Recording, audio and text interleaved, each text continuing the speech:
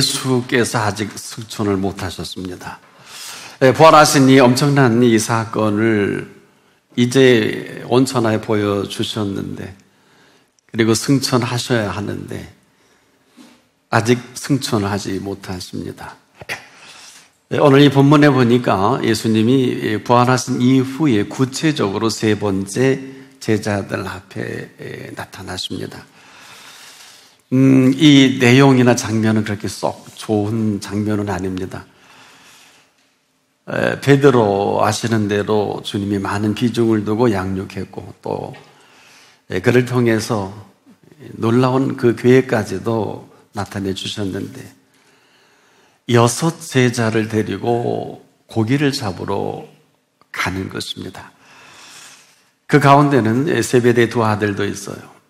야고보와 요한인데, 이제 12명 중에 가룟 유다의 배반과 함께 11명 가운데 7이라면은 거의 제자가 함께 다 움직인다 그래도 지나치지 않는데, 고기를 잡는데 밤새 한 마리도 못 잡아요.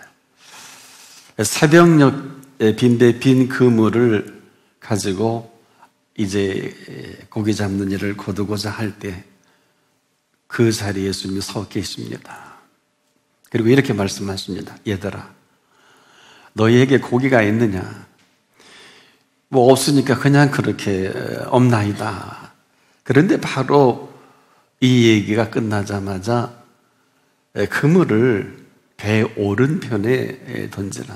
그리하면 얻으리라. 없으니까 그냥 그대로 그물을 배 오른편에 던지는데 어마어마한 고기들이 잡히게 된 것입니다. 그런데 놀랍게도 이들은 전혀 예수님이신 줄 몰라요. 사려 깊은 사도 요한이 얼른 알아보고 베드로에게 주님이시다. 그제서야 겉옷을 입고 맞이하는데, 이 어마어마한 큰 고기만 153마리가 잡혀지게 되는 것입니다.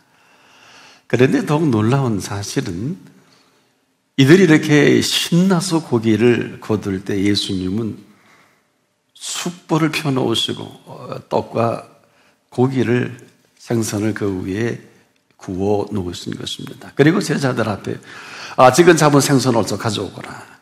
그리고 함께 구워서 그 제자들과 함께 조반의 만찬을 즐겼습니다. 자, 이렇게 된 이후에 오늘 본문은 이렇게 분명하게 얘기합니다.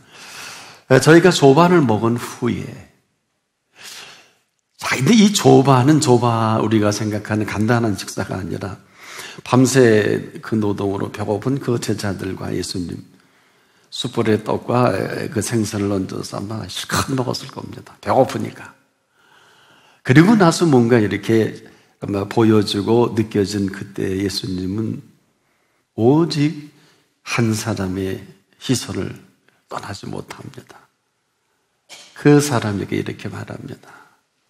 요한의 아들 시몬아, 네가 이 사람들보다 나를 더 사랑하냐?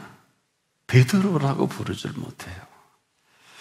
그리고 고기를 잡고 나선 이 베드로인데, 자, 부활하신 예수 그리스도를 만났으면서도 이 6 제자와 함께 이곳에 고기를 잡으러 와서 또 고기를 잔뜩 잡게 되는 것입니다. 자, 그런데 이렇게 해서는 안 되는 것이 아니라, 심지어 이 고기 잡는 이 일까지도 그물을 배 오른편에 던지면 될 일입니다. 이게 무슨 말씀일까요? 그래서는 안 되는 것이 아니라 부활 이전에도 사실 이것은 익숙한 누가복음 5장 1절로 11절에 그때 그들이 밤새 빈 그물로 새벽녘에 그물을 거둘 때 베드로에게 깊은 데로 가서 그물을 내려 고기를 잡으라. 이 사건을 근거로 해서 그들이 배를 버려두고 예수님을 좇게 되는 거 아닙니까? 그런데 아직도 그 버릇을 고치지 못한 사람들입니다. 그런데 이 조반을 먹는 분위기가 아마 대단히 좋았던 것 같아요. 아마 그 분위기가 굉장히 화기애애한 것이 아닌가. 아마 이런 분위기를 눈치 빠르고 사려 깊은 요한은 아마 굉장히 긴장하지 않았을까. 왜? 뭔가 아닌 것이거든요. 그런데 아니나 다를까 조반을 다 드신 후에 오늘 본문의 말씀처럼 다른 사람이 아니라 베드로에게, 그리고 그 눈을 보면서 요한의 아들이라고 하고 시몬이라고 하면서 이 사람들보다, 이 6명보다 네가 나를 사랑하느냐. 분명히 베드로라고 그래야 되는데 이 베드로라는 표현을 안 하시고 요한의 아들 시몬이라, 그냥 자인의 시몬을 지금 부르고 계신다는 것입니다. 전혀 한마디로 베드로답지를 못한 거예요. 그럼 베드로가 부르셨겠죠? 그래서 이 사람들보다 네가 나를 더 사랑하느냐. 주님 그러합니다. 내가 주님을 사랑하는 줄 주님 아시지 않습니까? 사실 이 표현을 할 필요가 없거든요. 그럼에도 예수님은 이렇게 말씀하십니다. 내 어린 양을 먹이라. 여기서 끝난 줄 알았더니 또 두 번째 물으십니다. 요한의 아들 시몬아, 네가 나를 사랑하느냐. 이제는 다른 사람이 아니라 너와 나와의 직접적인 관계성에서 나 예수, 너 시몬, 다른 사람이 아니라 구체적으로 묻는 물음입니다. 요한의 아들 시몬아, 네가 나를 사랑하느냐? 그러면서 내 양을 치라, 이렇게 말씀하십니다. 세 번째도 똑같은 물음인데 분위기가 전혀 달랐을 것입니다. 요한의 아들 시몬아, 내가 나를 사랑하느냐? 이때 베드로가 근심하면서 주님 모든 것을 아시오매 내가 주님을 사랑하는 줄을 주께서 아십니다. 그러니까 예수님이 내 양을 먹이라. 고기 잡은 이야기는 전혀 언급하지 않아. 아마 이 문제가 베드로를 굉장히 당혹스럽게 했을 것입니다. 그리고 요한의 아들 시몬이라는 것은 3년의 공생애가 아무것도 아닌 것이 되어버린 자연인 시몬.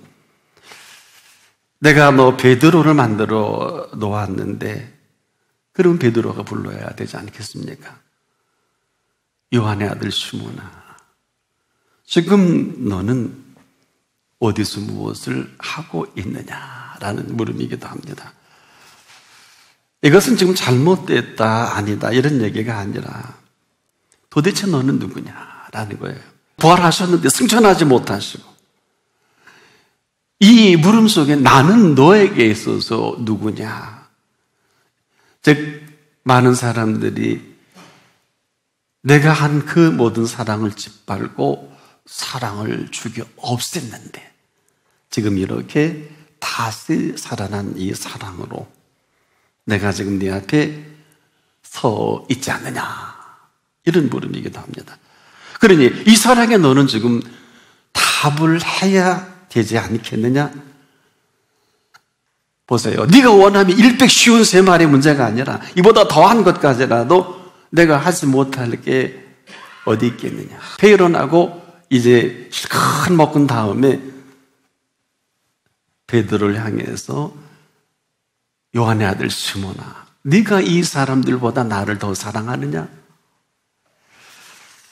이건 이 고기 잡은 이 사건은 묻지도 않고 문제 삼지도 않으시면서 이 풍요로운 주님의 이 사랑의 식탁을 실컷 즐기고 나서 그 어떤 얘기도 아니고 내가 요한의 아들 시몬이라 할지라도 나는 문제 삼지 않고 시몬인 네가 지금이라도 내가 너를 사랑하는 이 사랑에 답을 하라. 그러니까 이렇게 묻는 거 아닙니까? 사실 이 사랑을 이야기한다면 3년의 공생애를 통해서 12제자는 많은 사람들에게 이미 사랑해 주셨고 그 사랑으로 살아가게 한 이 주제가 있지 않겠습니까? 아마 그 사랑을 다시 생각하면서 베드로의 반응을 기다리신 게 아니냐. 그리고 그 사랑이 분명하면 내 어린 양을 먹이는 게 맞지 않겠느냐. 어린 양. 한마디로 그 꼴을 먹은 사랑을 표현하신 거거든요. 내 어린 양을 그냥 먹이지 말고 내가 내게 준 그 사랑으로 어린 양을 먹이는 게 맞다. 계속 반복해 물으십니다. 이 물으시는 사랑, 이것은 지금 이후로라도 우리가 움직일 수 있다면 그 움직이는 그 움직임의 그 현장, 오늘도 거기를 찾아주셨잖아요. 사실 저나 여러분, 우리가 뭐 산다고 하지만 모든 삶의 동선은 우리가 사랑하는 그곳에 있어요. 그래서 내 양을 치라. 양을 치는 게, 움직이는 게 중요한 게 아니라 우리가 이렇게 움직여서 뭔가 하려고 하는 이것도 훌륭하겠지만은 그것이 먼저가 아니라 그 사랑으로 움직여라. 사랑이 가는 곳까지 가라. 이는 내가 너를 사랑한 그 사랑으로 움직이게 했는데 지금 너는 어떻게 움직이고 있느냐. 어떤 행보보다도 그 사랑이 먼저입니다. 내 양을 치라. 우리 양들이 움직여지는 동선은 열심히 움직이는 게 능사가 아니라 그 사랑으로 움직이는 게 맞다. 사랑이 먼저입니다. 요한의 아들이라 할지라도 그 사랑만큼은, 내가 너를 사랑하는 사랑은 바뀌는 것도 아니고, 이제라도 네가 나를 사랑한다면 이 받은 사랑으로 내 양을 치거라. 그래서 내 양을 치라 하셨지 않겠습니까? 한마디로 사랑의 움직임이에요. 지적할 것 같고 말씀하실 것 같은데 거기서 너 이럴 수 있느냐? 왜 왔니? 이런 얘기가 아니라 거기서 다시 그 사랑을 물어요. 참 이것은 오늘 저와 여러분에게도 심각한 질문이 아닐까. 움직이는 게 먼저가 아니라 우리 일이 먼저죠. 일을 처리해 놓고 하나님의 뜻을 물을 때가 많은데 이건 아니라는 거예요. 저질러 놓고 수습하는 것은 인도가 아니죠. 자, 우리는 아이는 어머니를 보고 따라하잖아요. 학생은 선생님을 보고 따라하고 제자는 스승을 보고 따라 움직이지 않겠습니까? 한마디로 움직임이 먼저가 아니라 그 사랑이 움직이게 하는 움직임이어야 한다. 그 사랑을 받고 이 사랑으로 꼴을 먹이고 사랑으로 움직여 나가는 그 움직임을 움직여라. 우리가 십자가에 대한 부분은 바로 예수께서 이 사랑의 답을 하신 십자가입니다. 죽기까지 사랑하셨잖아요. 죽음으로 사랑을 답하셨지 않습니까? 그런데 그 가운데 그 부활은 그 사랑의 완성을 하신 생명의 완성이 바로 생명의 부활 아닙니까? 바로 그 사랑이 완성하신 그 생명으로 오늘 다시 이 물음을 묻고 계신 거예요. 그냥 사랑이 아니에요. 오늘 우리가 산다면 사실 그 사랑 때문에 삽니다. 이만큼 살고 있거든요. 만약에 그 사랑이 멈춘다면 인류는 종말일 거예요.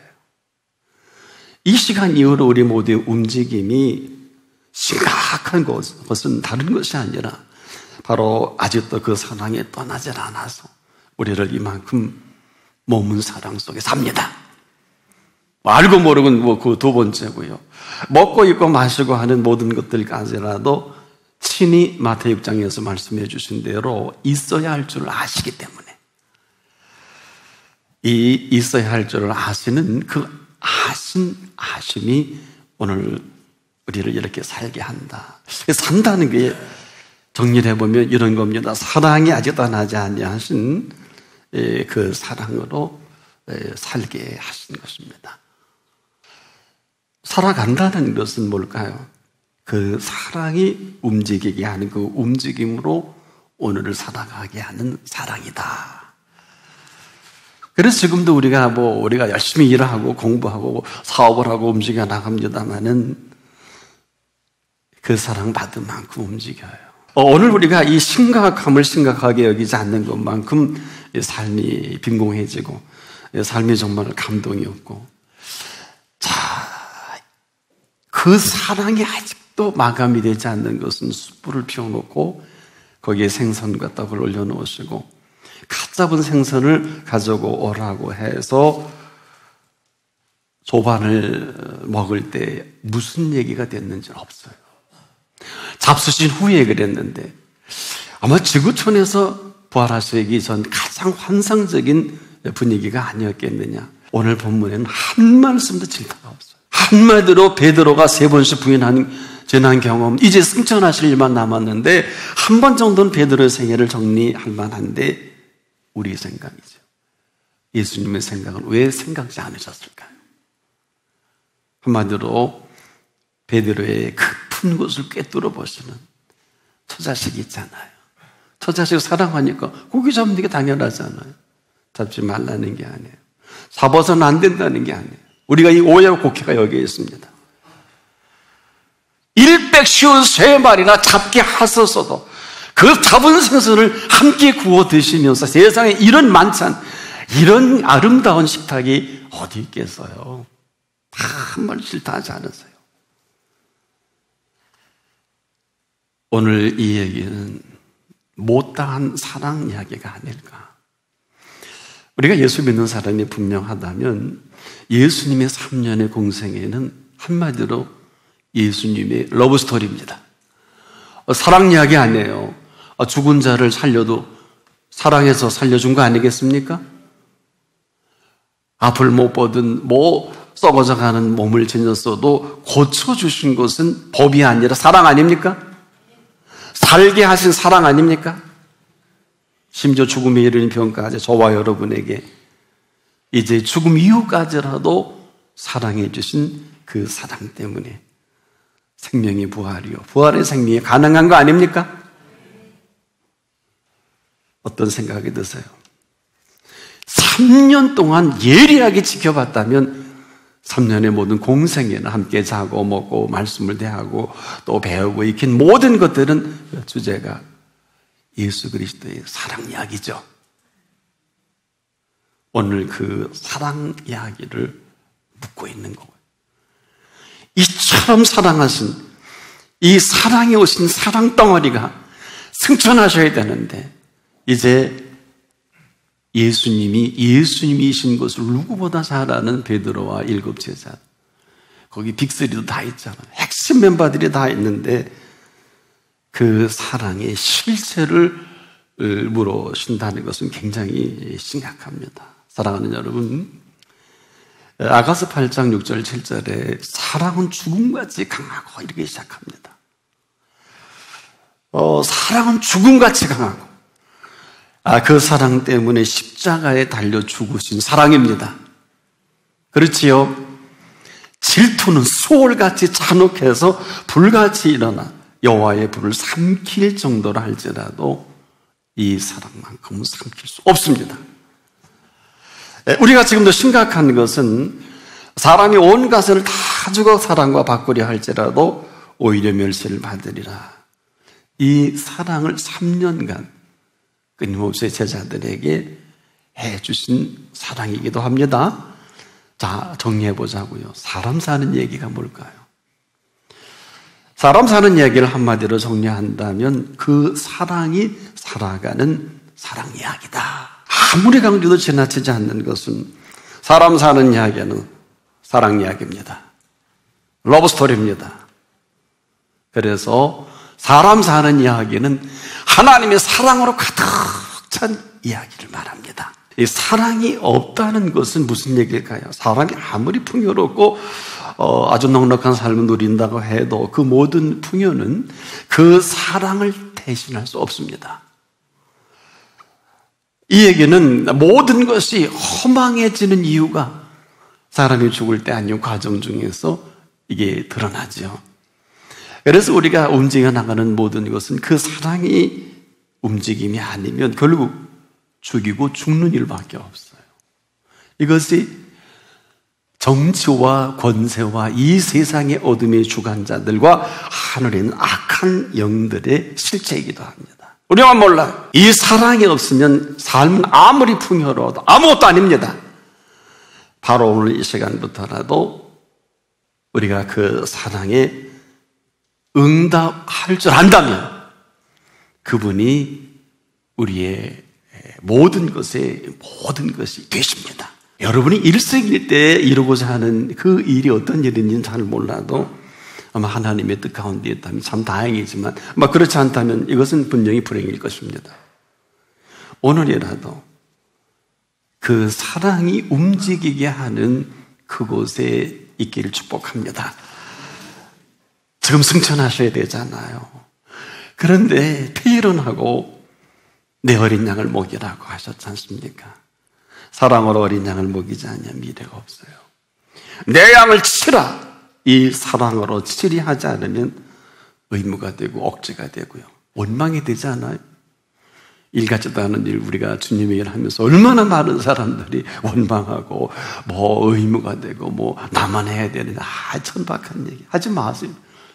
저는 많은 사람들에게 그런 사람은 이해를 전 안 시킵니다. 하나님의 나라의 일은 목숨을 다 드려 한다 할지라도 일이 아니라 상이에요.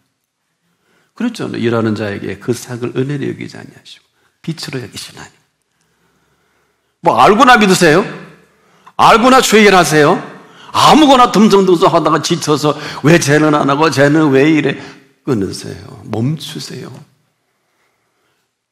하나님의 은사 부르시면 후회함이 없어요. 왜 그러냐 하면 오늘 제가 이 자리까지 이렇게 목회자로 서 있다고 할지라도 말씀을 증거하는 자리에 있다 할지라도 주신 은혜로 합니다. 그 이상은 전 못해요. 제가 아무리 수십 년 공부를 하고 했어도 오늘 주신 은혜가 오늘 이 강단에 우리에게 말씀해 주시고 계신 것입니다. 그래서 우리가 가장 아름다운 헌세는 목회자라든 선교사라든 그 어떤 일을 하든 자원함으로 하는 게 가장 아름답습니다. 성령께서 우리가 강하게 붙드시는 그분에게는 말할 필요도 없거니와 좀 부족한 저와 여러분에게까지라도 하나님의 사랑이 움직이게 하시는 그렇게 움직임이 시작되기를 축복합니다. 이것은 지금도 내 양을 먹이라, 내 어린 양을 먹이라, 내 양을 치라, 내 양을 먹이라 하신 것은 사랑으로 먹이는 사람이 너무 드물어요.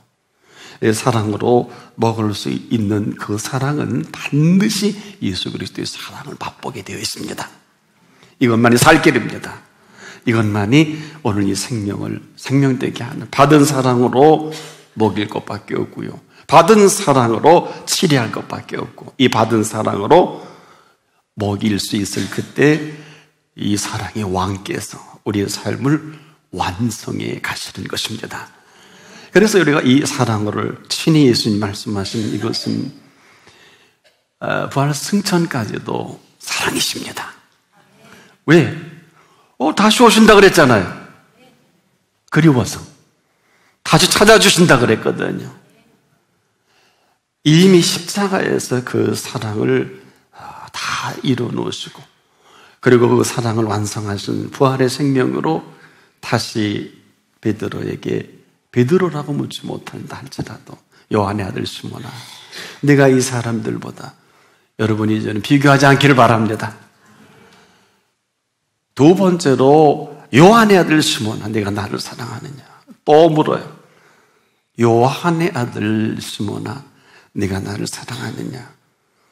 이 사랑이 회복이 될 그때 베드로는 사도행전의 주역이 되고, 이 사랑의 응답을 하면서 마지막 순교까지라도, 주님은 십자가상에 달려 운명하셨으니까 거침없이 십자가에 거꾸로 달려도 후회함이 없는 생애로 만들어 가시는 사랑이십니다. 오늘 이 세대에 의지할 곳이 부활하신 그 생명의 사랑밖에 없습니다. 오늘도 이 사랑이 한 분 한 분 살아가게 하는 이 생명이 부활의 생명이 되기를 축복합니다.